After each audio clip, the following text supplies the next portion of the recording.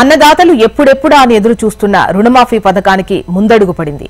August 15 లోపు 2 లక్షల లోపు రుణాలు మాఫీ చేస్తామన్న ప్రభుత్వం ఆ దిశగా చర్యలు ప్రారంభించింది. పథకం అమలు కోసం కసరత్తు చేసిన అధికారులు మార్గదర్శకాలు రిలీజ్ చేశారు. ప్రతి రైతు కుటుంబానికి 2 లక్షల రుణమాఫీ చేయనుండగా స్వల్పకాలిక పంటల రుణాలకు మాత్రమే వర్తించనుందని స్పష్టం చేసింది ప్రభుత్వం. 2018 డిసెంబర్ 12 నుంచి 2023 డిసెంబర్ 9 మధ్య రైతులు తీసుకున్న రుణాలకు ఈ పథకాన్ని వర్తింపజేయనున్నారు. అయితే రైతులకు రుణాలు మాఫీ కావాలంటే రేషన్ కార్డు తప్పనిసరి అని ప్రభుత్వం తెలిపింది.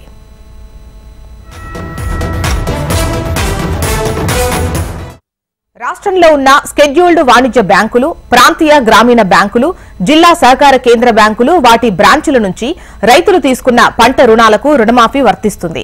ఈ పథకం అమలు కోసం వ్యవసాయ శాఖ డైరెక్టర్ అధికారిగా ఉంటారు. వ్యవసాయ శాఖ డైరెక్టర్, నేషనల్ ఇన్ఫర్మేటిక్స్ సెంటర్ సంయుక్తంగా ఒక ఐటీ పోర్టల్ నిర్వహించనుంది. ఈ ఐటీ పోర్టల్లో ప్రతి రైతు కుటుంబానికి సంబంధించిన లోన్ అకౌంట్ డేటా సేకరణ, డేటా వాలిడేషన్, అర్హత మొత్తాన్ని నిర్ణయించడానికి సౌకర్యం ఉంటుంది. ఈ ఐటీ పోర్టల్లో ఆర్థిక శాఖకు బిల్లులు సమర్పించడం, రైతులు ఇచ్చే కంప్లైంట్స్ పరిష్కారానికి మాడ్యూల్స్ ఉంటాయి. రుణమాఫీ పథకం అమలు కోసం ప్రతి బ్యాంకులో ఒక బ్యాంక్ నోడల్ అధికారిగా నియమించాలని ప్రభుత్వం మార్గదర్శకాల్లో తెలిపింది. బ్యాంకు నోడల్ అధికారులు తమ సంబంధిత బ్యాంకు యొక్క పంట రుణాల డేటాను డిజిటల్ సంతకం చేసి ఇవ్వాలని, సహకార బ్యాంకులైతే ప్రోఫార్మా 2 ప్రకారం తమ డేటా ఇచ్చి సంతకం చేయాలని తెలిపింది. ప్రతి బ్యాంక్ సిబిఎస్ నుంచి సేకరించిన డేటాను యథాతథంగా ప్రభుత్వానికి సమర్పించాలని ఆదేశించిన ప్రభుత్వం తప్పుడు చేరికలు, తప్పుడు తీసివేతలను నివారించేందుకు అవసరమైన వ్యవసాయ శాఖ అధికారులు తనిఖీ చేపట్టాలని తెలిపింది.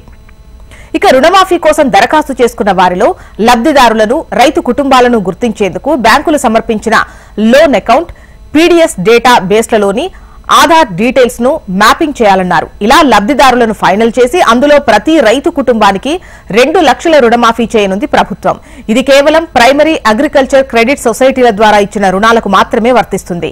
అర్హత గల రుణమాఫీ మొత్తాన్ని డీబీటీ పద్ధతిలో నేరుగా లబ్దిదారుల లోన్ అకౌంట్లో జమ చేయనుండగా బ్యాంకుల నుంచి పీఎస్సీఎస్ లోని రైతు ఖాతాకి పంపుతారు. ఏ కుటుంబానికైతే 2 లక్షలకు మించిన రుణం ఉంటుందో ఆ రైతులు 2 లక్షలకు పైబడి ఉన్న మొత్తాన్ని బ్యాంకులకు చెల్లించాల్సి ఉంటుంది. ఆ తర్వాతే ఆ లబ్దిదారుడి కుటుంబానికి 2 లక్షల రుణమాఫీ డబ్బులను అకౌంట్లకు బదిలీ చేస్తుంది ప్రభుత్వం. 2 లక్షల కంటే ఎక్కువ లోన్ తీసుకున్న కుటుంబాల్లో మహిళల పేరుపై ఉన్న రుణాన్ని ముందుగా జమ చేయనుంది ప్రభుత్వం. ఆ తర్వాత మిగిలిన మొత్తం దామాషా పద్ధతిలో జమ చేస్తారు.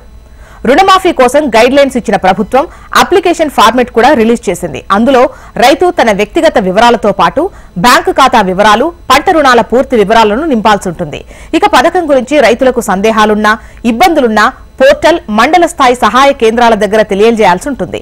ఈ అభ్యర్థులను సంబంధిత అధికారులు 30 రోజుల్లోపు పరిష్కరించి దరఖాస్తుదారుడికి సమాచారం ఇవ్వాలని ప్రభుత్వం అధికారులకు సూచించింది.